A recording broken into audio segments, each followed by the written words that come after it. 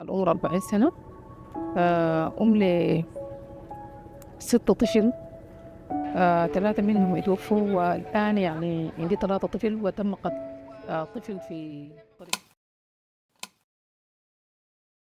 Sudan, a country in distress, where stories like this are becoming more common every day.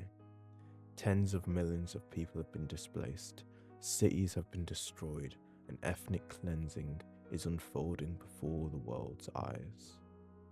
And then there's the United Arab Emirates, over 1,700 miles away. Yet somehow, 90% of Sudan's gold ends up here. And now, even UAE marked weapons are being found in Sudan's war. So what's really going on here?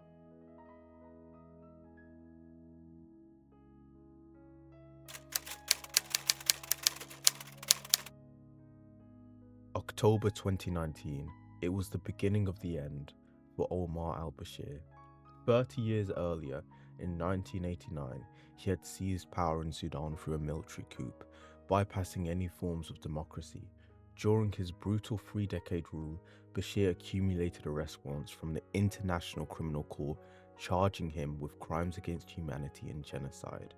These genocide charges trace back to 2003, when rebels in Sudan's western Darfur region rose up against his regime, accusing him of economic neglect and political marginalization.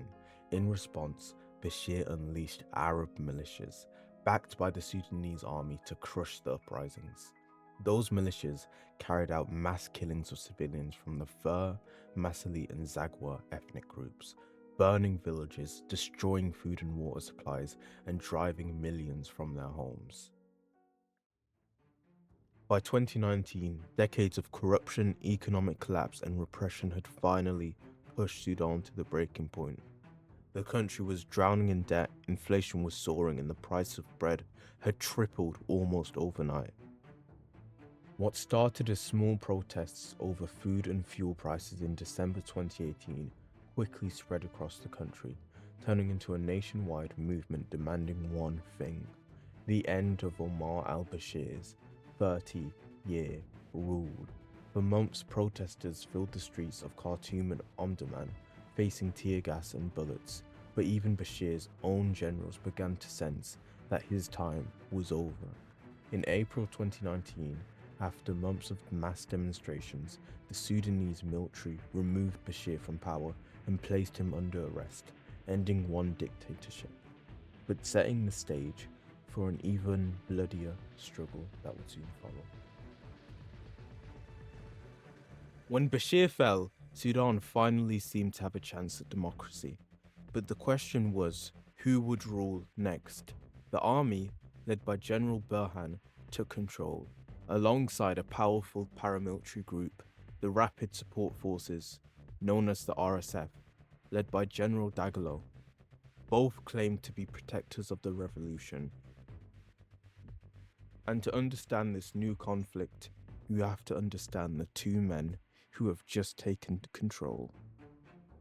The Rapid Support Forces, or RSF, began as a collection of militias known as the Janjaweed, armed and funded by Omar al-Bashir during the Darfur conflict in the early 2000s that we previously mentioned.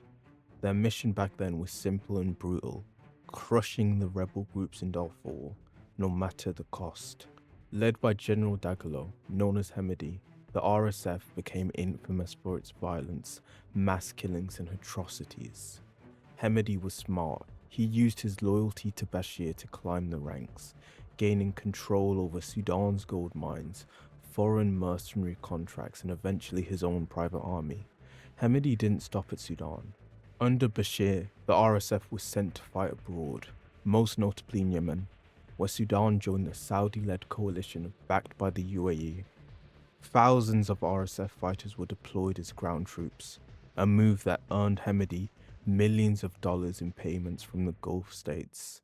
This foreign money gave the RSF a new identity, no longer just a domestic militia, but a regional mercenary force. Reports also linked the RSF to activities in Libya, where Hemedi's men were accused of supporting the warlord Khalifa Haftar, again with funding and coordination flowing through the UAE. These ventures built Hemedi's fortune and cemented the RSF's reputation as a private army for hire, answering not to Sudan's government but to Hemedi himself. By 2019, the RSF wasn't just a militia, it was a state within a state, rich, well-armed and loyal only to Hemedi. But Hemedi and his RSF weren't the only ones to rise from Bashir's shadow. Across the power divide stood the Sudanese Armed Forces, the SAF. The SAF is Sudan's official national army, with roots stretching back to the country's independence. It sees itself as the protector of the state, the institution that holds Sudan itself together, even when its leader falls. At its head was General Abdel Burhan, a career soldier who had also served under Bashir. Burhan commanded troops in Darfur, and like Hemedi, he was part of the machinery that enforced Bashir's rule. When Bashir was overthrown in 2019, Burhan emerged as Sudan's most senior military figure, the public face of the transition, promising to guide the country toward democracy. But beneath the uniform, Burhan's loyalty was to the army, not the civilians demanding change. The SAF remained closely tied to Islamist networks, old elites, and the same power structure that had sustained Bashir's regime for decades. Connections that greatly angered the UAE, which viewed political Islam as a direct threat. Now Sudan was a boiling pot. On one side, the RSF, a new militia enriched by gold and backed by Gulf money. On the other, the SAF, the old guard that had held Sudan together for generations. For a short time, Burhan and Hemedi ruled side by side, a rare moment of calm in a region long scarred by conflict, but that alliance would not last. For a time, Burhan and Hemedi ruled together. The military and the RSF formed a transitional council with civilian leaders, a fragile alliance meant to guide Sudan towards elections. However, the promise of democracy was short-lived. In October 2021, the mask slipped. When civilian leaders pushed for real reforms, Burhan and Hemedi staged a joint coup, dissolving the transitional government and taking power for themselves. The streets of Khartoum filled once again with protesters demanding democracy. Security forces cracked down on them, killing and arresting demonstrators. Western governments condemned the coup, and international aid was frozen. Sudan once again had fallen into political chaos. As pressure mounted, tensions grew between Burhan's army and Hemedi's RSF. The army wanted the RSF fully integrated into its ranks, but Hemedi refused, fearing he would lose his power and independence. By early 2023, negotiations had broken down, and in April 2023, their rivalry exploded. Fighting first erupted in Khartoum when RSF units surrounded key military sites, the presidential palace, the army headquarters, and the airport. Within hours, the capital had become a war zone. Airstrikes and artillery pounded residential areas. Hospitals were shelled, homes looted, and families fled the city in panic. Both sides accused the other of trying to seize control of the state.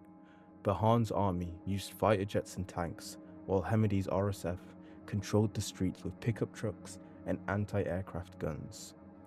As the conflict spread beyond the capital, reports emerged of massacres, ethnic violence, and looting, particularly in Darfur, where RSF fighters were accused of targeting non-Arab communities. By mid-2023, millions of Sudanese people had been displaced, their homes destroyed in a war between two generals, each claiming to save the country but tearing it apart.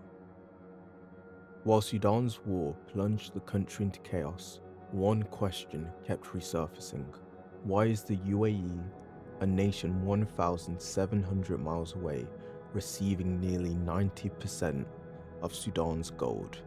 And why are RSF fighters seen using ammunition traced back to Emirati suppliers.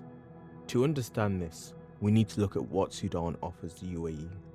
For the UAE, Sudan provided three major strategic incentives. 1. Access to gold and rare mineral wealth. 2. A loyal partner for regional military influence. And 3. A chance to weaken Islamist political movements, especially the Muslim Brotherhood, which the UAE views as a direct threat to its monarchy. Starting in the early 2020s, the UAE deepened its ties with the RSF and its commander, General Dagalo Hemedi. Multiple investigations reported that Sudanese gold, much of it from RSF-controlled mines, flowed into the UAE, making the Emirates the single largest hub for Sudan's unofficial gold exports. At the same time, the UAE has been accused by the UN panel of experts, the BBC, and multiple NGOs of providing arms, logistics, and financial support to the RSF, something that the UAE officially denies but mounting evidence challenges. By backing Hemedi, the UAE gains powerful leverage. A proto-state inside Sudan, rich in gold and militarily capable. A force hostile to Islamist movements, and a strategic foothold on the Red Sea. This foreign support transformed the RSF from a militia into a military powerhouse, shifting the balance of power against Sudan's national army, and helping turn a political dispute into a devastating nationwide civil war, one which includes multiple cases of ethnic violence. But the consequences of foreign involvement became undeniable recently when the city of El Fasher, the last major stronghold resisting the RSF in Darfur, fell. Satellite images released by the UN and multiple monitoring groups showed entire neighborhoods burned to the ground.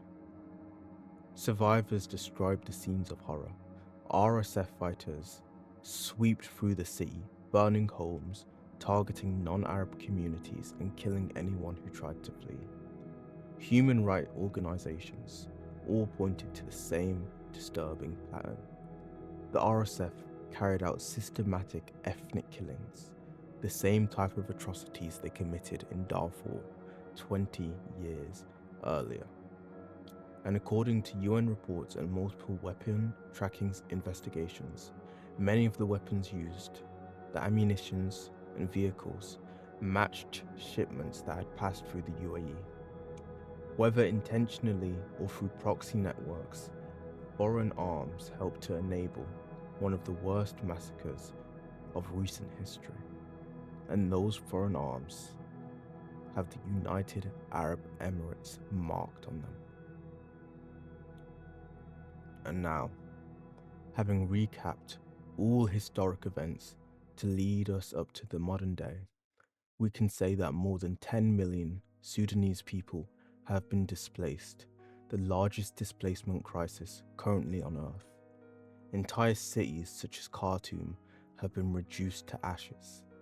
Families are starving, children are dying of preventable diseases, and the war shows no sign of stopping. Sudan is suffering a humanitarian catastrophe, and it is largely ignored by the global media, and it is absolutely abandoned by all world powers. However, your support matters, and we are not powerless. I am begging you to share Sudan's story. Support any and all Sudanese creators. Like, share, favorite, repost, and do anything you can, especially commenting on videos to boost them for the algorithm. Because for millions of Sudanese people caught between two warlords and an evil nation trying to fund an ethnic cleansing, every voice matters, and silence is a weapon too. Thank you.